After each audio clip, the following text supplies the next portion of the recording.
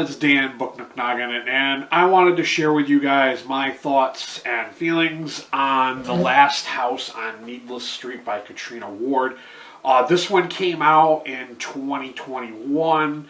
This is my first time having read Catriona Ward. I may have read a short story by her. I don't really recall if I had. But this is my first novel by this author. I know that this one was really kind of popular in the indie horror community. I think this was released by Tor Nightfire. And I went into this not really knowing what it was about. I sometimes like to go blindly into books. I just knew that it was kind of super hyped. And I was like, you know what? I'm willing to go ahead and check it out. Now, if you read the synopsis, it kind of tells you that it's about a serial killer, a child, and a cat. And it's roughly around 335 pages, I do believe. But right away, as you get into this, it doesn't take very long before we learn that the main character, Ted, is very strange, very weird. But that's not just it.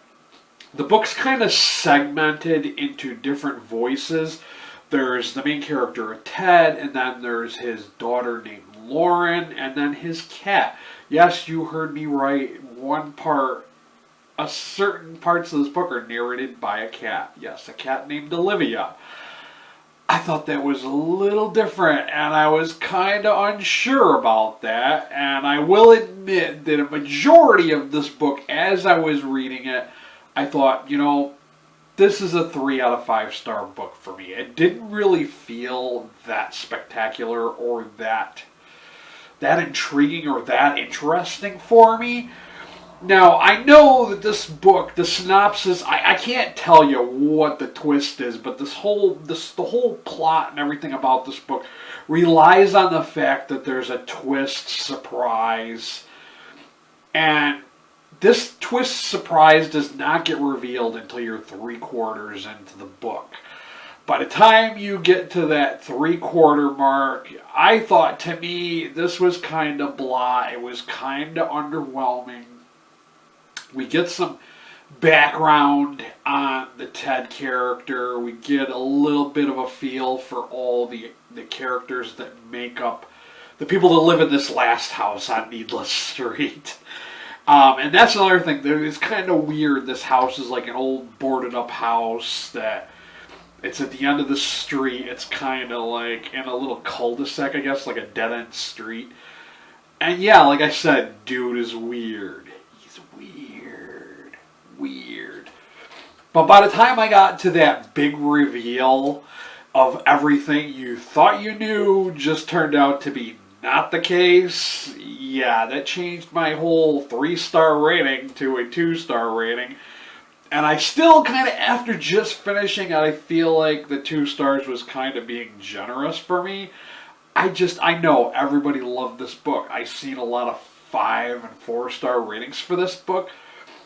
But for me, this felt flat. I gave this a 2 out of 5-star rating on Goodreads, guys. I'm going to tell you why I feel like this is a 2-star book for me. I listen and I've read a lot about serial killers, okay? I've listened to podcasts like every day about serial killers. And the afterword by the author that tells you how she researched everything. Okay, I get that. I got that. I'm glad you included that in the back of the book. But it doesn't make me feel any better about this book.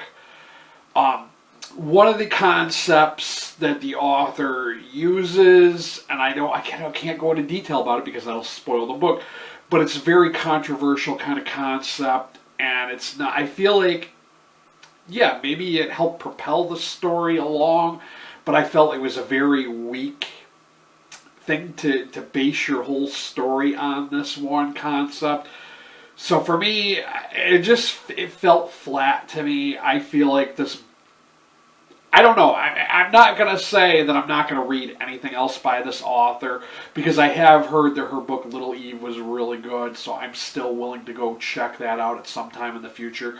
I'm not going to be really super anxious to get into another one of her books right away. I know Sundial is another one she's written that everybody seemed to love, and I think I got a copy of that from NetGalley as well. But yeah, guys, there isn't too much more I can really say about this without spoiling it. It is a kind of decent paced read. It does go back and forth with the time periods, and it always tells you who's narrating which section. It always tells you this is the voice of the person that's narrating the events that are going on in the book. But like I said, it was kind of ho-hum for me. This wasn't that spectacular of a read for me. Like I said, up until that 3/4 mark, I would have gave this a 3 out of 5 stars. But once you hit that big reveal, I felt like nope, just didn't do it for me. I know that that's a very polarizing kind of feel on this book because it is so overly hyped and it is so popular. I did go and read the reviews of the people that felt the same way as me, and I feel justified in my rating of that. Yeah, that's all I'm really going to say. But of course, as always, if you are interested in checking out this book for yourself, like let's say you have not read this very popular book, I'm going to have a link to Amazon down below. Any and all purchases made through that link, I get a very small percentage of that. I'm also going to throw down my Ko-fi link if you want to help support my channel that way. If you came here looking for book recommendations and book reviews, by all means, hit that subscriber button and hit that notification bell while you're at it. Like I said, I'm still going to give this author another chance. I will read her other books, but like for me, this one just did not work for me. 2 out of 5 stars. I just don't see it. I really don't see it. I really did not think this book was that great. That's just me, and I'm just being brutally honest with you guys. Like, as someone who listens to a lot of true crime podcasts, it felt wonky. It just felt off, and I didn't like the reveal. The whole explanation for everything just felt flat, too. So yeah, that's what I got for you guys. Till next time, later.